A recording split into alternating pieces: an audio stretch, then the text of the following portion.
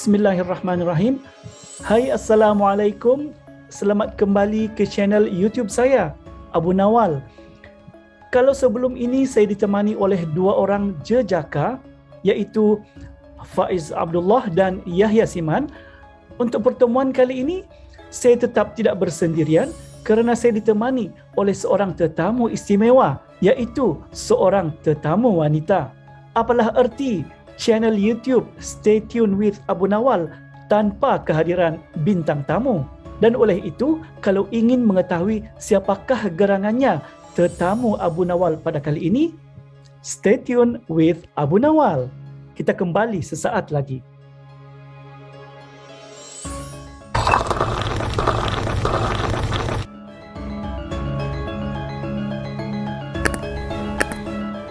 Pemirsa yang dihormati, sebagaimana yang telah saya janjikan sebentar tadi, mari saya perkenalkan tetamu Abu Nawal untuk pertemuan kali ini.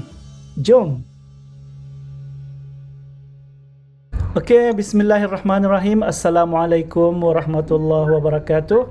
Jadi saya ucapkan selamat datang ke YouTube channel saya, Abu Nawal, kepada Puan Nurul Fazarina Abdul Jinais. Saya persilakan Nurul untuk memperkenalkan diri dan juga serba sedikit latar belakang tentang pendidikan. Puan Nurul, dipersilakan. Pertama sekali, terima kasih kepada channel YouTube Abu Nawal. Jangan lupa subscribe. Kepada semua pemirsa di Indonesia dan juga di Malaysia, jangan lupa subscribe channel YouTube Abu Nawal.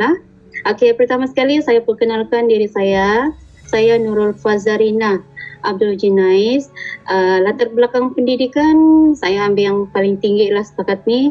Mendapat degree daripada Universitas Negeri Medan, Sumatera Utara, Indonesia.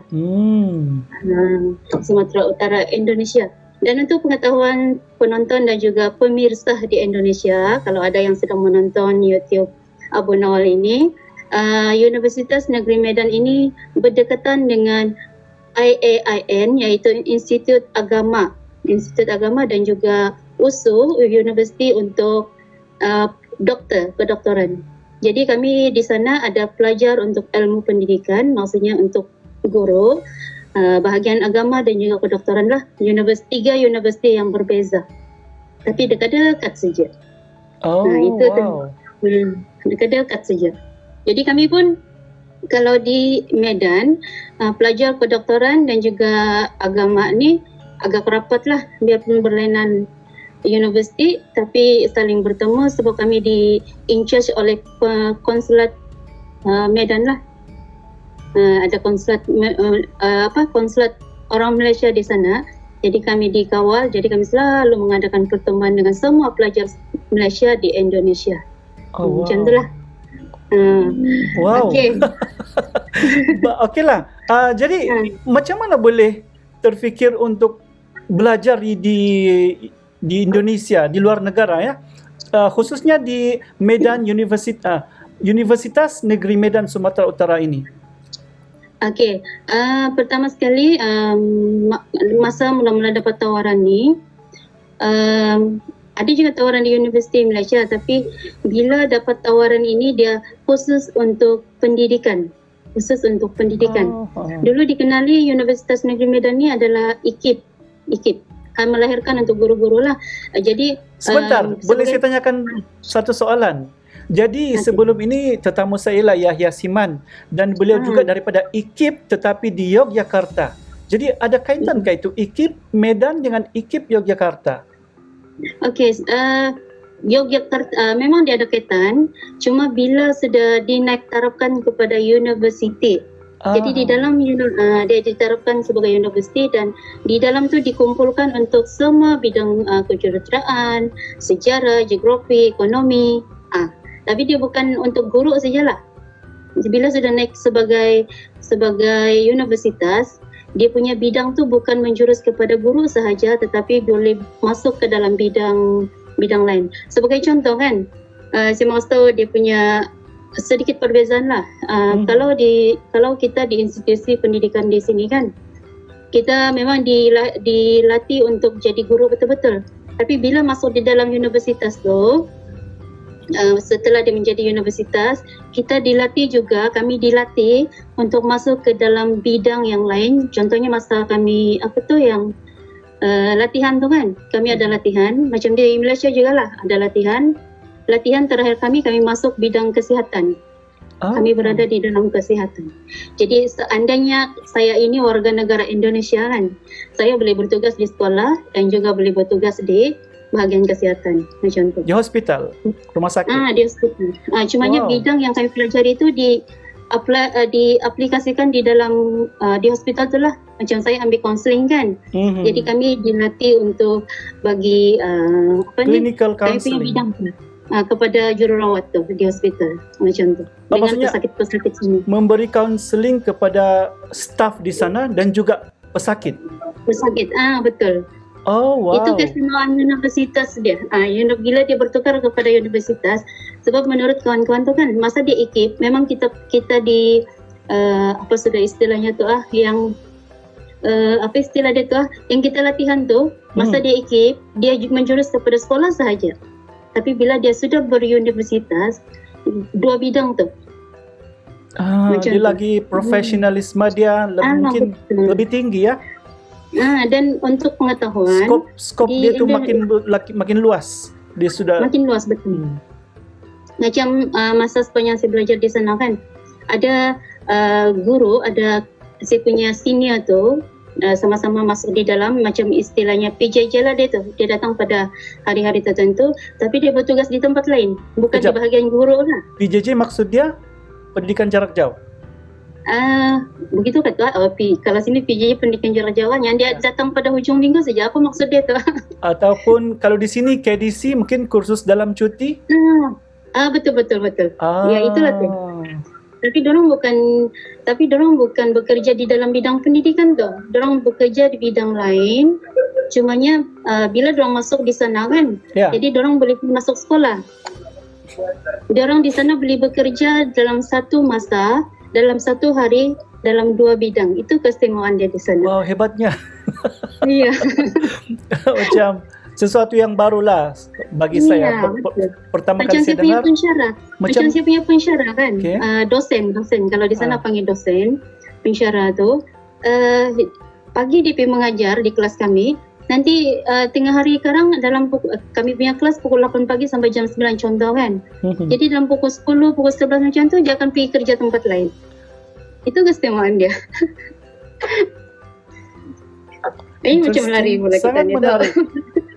Sesuatu yang macam tidak pernah ada di Malaysia kan, benda macam tu. Sangat. Iya, betul. Wow. Saya pun teringin macam tu. Kan sekarang sudah balik sini kan. Kenapa saya tidak boleh bekerja dalam dua bidang macam tu. Okey, jadi belum menjawab soalan saya tadi. Kenapa pilih Universitas Negeri Medan Sumatera Utara? Okey, kenapa saya pilih tu? Satu tadi saya cakap tadi dia memang mengkhususkan kepada pendidikan kan. Dan ada senior-senior termasuk Cikgu Yaya tu yang mungkin salah satu tetamu Abu Nawal tu. Dia adalah satu kampung dengan saya. Jadi dia sekampung. Okay. Dia jadi ideal kepada saya. Dan pengalaman yang saya tahu dari dia terus lepas dia habis dari sana dia terus posting kan. Ya. Tapi masa kami sebelum tu saya lupa bagi tahu, saya berada di sana tahun 2000 sampai 2004. Masih baru lah kan, tahun 2000-an. Betul. Jadi tahun 2002, 2 tahun kemudian tu JPN kata. JPA. Jabatan Perkhidmatan Awam dihantar surat kepada seluruh pelajar Malaysia yang ada di Indonesia yang ikip ijazah daripada Universitas Negeri Medan, bukan Universitas Negeri Medan saja, seluruh Indonesia ditukar kepada degree biasa saja. Apa maksud degree biasa? Bukan pendidikan. Dia bukan kalau macam Cikgu Yaya kan, dia keluar terus dia direct kepada pendidikan kan. Tapi kami punya degree macam yang kos-kos lain terpaksa bersaing dengan option lain untuk masuk ke pendidikan kalau berminat lah, macam tu. Dia jadi degree, apa sudah istilah dia tu lupa pula. Tapi itulah yang dia jadi degree awam, istilah dia degree awam, bukan Jadi sudah khas untuk pendidikan. Untuk menjadi seorang guru, ada lagi kursus yang akan dihadiri? Selepas habis belajar di sana, terpaksa kami menghadiri KPLI lah. Di sinilah di Malaysia. Iya, walaupun sebenarnya sudah ada ijazah pendidikan itu di sana, dari sana kan. Cuma dasar kerajaan kita berubah pada tahun 2002 macam tu. Jadi itu salah satu yang kenapa saya tertarik tu, sebab dia punya ayat tu kan jadi cikgu terus. Jadi tidak perlu bersaing. Dia latihan 3 minggu saja terus jadi posting di sekolah macam tu lah. Kemudian yang kedua, kos iuran semester tu agak murah lah berbanding di Malaysia. Kami membayar iuran 801 tahun. 800 ringgit 800 ringgit satu tahun. Tapi kami kena bayar dalam ringgit lah. Kami kena bayar dalam ringgit. Diorang tidak terima dalam bentuk rupiah sebab pertukaran RM kepada rupiah tu agak tinggi kan. Jadi kalau kami bayar, diorang rasa rugi lah kali masa tu. Jadi diorang simpan tu RM tu, tunggu sampai tukaran dia tu paling tinggi. Jadi tapi 800 tu terlalu rendah, sebab kalau di sini satu semester pun sudah 1,000 kan. Betul. Nah, itulah tu 800 ringgit. Setahun terlalu murah. Tapi macam mana pun masa tu dapat beasiswa kan? Ataupun atas biaya sendiri? Kami dapat tu, kalau kami yang Islam ni, kami dapat Baitul Mal. Okey. Dari zakat lah ni. Artinya kalau macam ini sembang-sembang sajalah kan. Kalau 800 tu macam very affordable sebenarnya kan. Jadi kalaupun kita tidak dapat beasiswa pun kita masih boleh belajar di sana. Kalau iya, betul. Tidak, tapi kalau macam saya sendiri kan, saya ini dari keluarga yang agak susah juga. Tapi samalah bagi kita. agak susah juga masa pergi belajar sana. Dia punya cerita ni kan, saya pun heran macam mana boleh lepas 4 tahun tu. Sebab kalau parents hantar RM50 kan, dia hantar RM50, memang agak tinggi lah 50. Bayangkan masa kami belajar di sana tu, RM1 bersamaan dengan 4,000 lah, lebih kurang RM4,000 lebih kurang tu lah. Jadi kalau RM50, kami akan dapat dalam RM150,000 lebih kurang tu. Lepas tu kena cukai dalam RM60. Bayangkan RM50, macam mana boleh hidup 1 bulan. Tapi itu yang menarik di Indonesia, biarpun dari kalangan keluarga yang agak susah kan, susah mendapat uang saku dan tidak ada pembiayaan dari mana-mana kecuali Baitul Mal itu Baitul Mal pun dia bagi untuk iuran semester saja. Yang jadi Baitul Mal itu dia hanya cover tuition fee sajalah. Itu iuran pendidikan saja betul-betul. Iya, betul. Jadi tidak ada uang saku, tidak ada duit pocket, tidak ada uang saku apa semua sendiri. Jadi saya rasa masa hidup di sana tu agak kritikal juga dari segi keuangan, tapi saya pun heran macam mana boleh lepas sampai 4 tahun. Tapi itulah keistimewaan di sana tu kan. Kalau kita ikhlas kita ikhlas cari ilmu kan, Allah akan mudahkan segala-galanya kan. Sekarang kita bolehlah fikir macam mana boleh lepas itu tapi itulah kuasa Allah kan. Alhamdulillah. Iya, betul. Cuma keistimewaan di sana tu, kalau kita pergi kuliah kan, kuliah sama juga kata istilahnya tu. Asyik guna kuliah sajalah. Sini pun kuliah juga. Iya, kuliah juga. Kadang-kadang sini panggil lecture lah. Iya. English sedikit. Okey. Selepas 1 semester, mula-mula semester pertama tu kan kami tinggal di asrama bang. Kami dibagi tempat tinggal asrama, tapi semester kedua tu kami dikehendaki untuk menyewa sendirilah keluar. Jadi keistimewaannya tu dalam sewa rumah kami tu, kami ada 7 orang. Kami 7 orang dalam satu rumah tu. Kami punya sewa rumah 2 juta, lebih kurang 1,000, di bawah 1,000 lah. Kalau ikut tukaran masa tu agak murah bila dikongsi-kongsi kan 7 orang. Lepas tu pengangkutan angkot kereta lah, macam bas mini dipanggil angkot. Angkot tambang dia lebih kurang dalam 25 sen atau 20 sen. Jadi mungkin itu salah satu keseruan kenapa boleh lepas sampai 4 tahun lah. Itu antara faktor dia lah. Sana dia punya living cost dia agak murah kan. Iya, makan dia pun satu kali makan tu 3.000 lebih kurang dalam RM1 20 sen lebih kurang tu lah. Dan makanan dia sedap. Kalau macam tu mungkin balik Malaysia masa tu gemuk. Tapi tu kurus juga, so dia ada duit kan kena catur juga. Okay.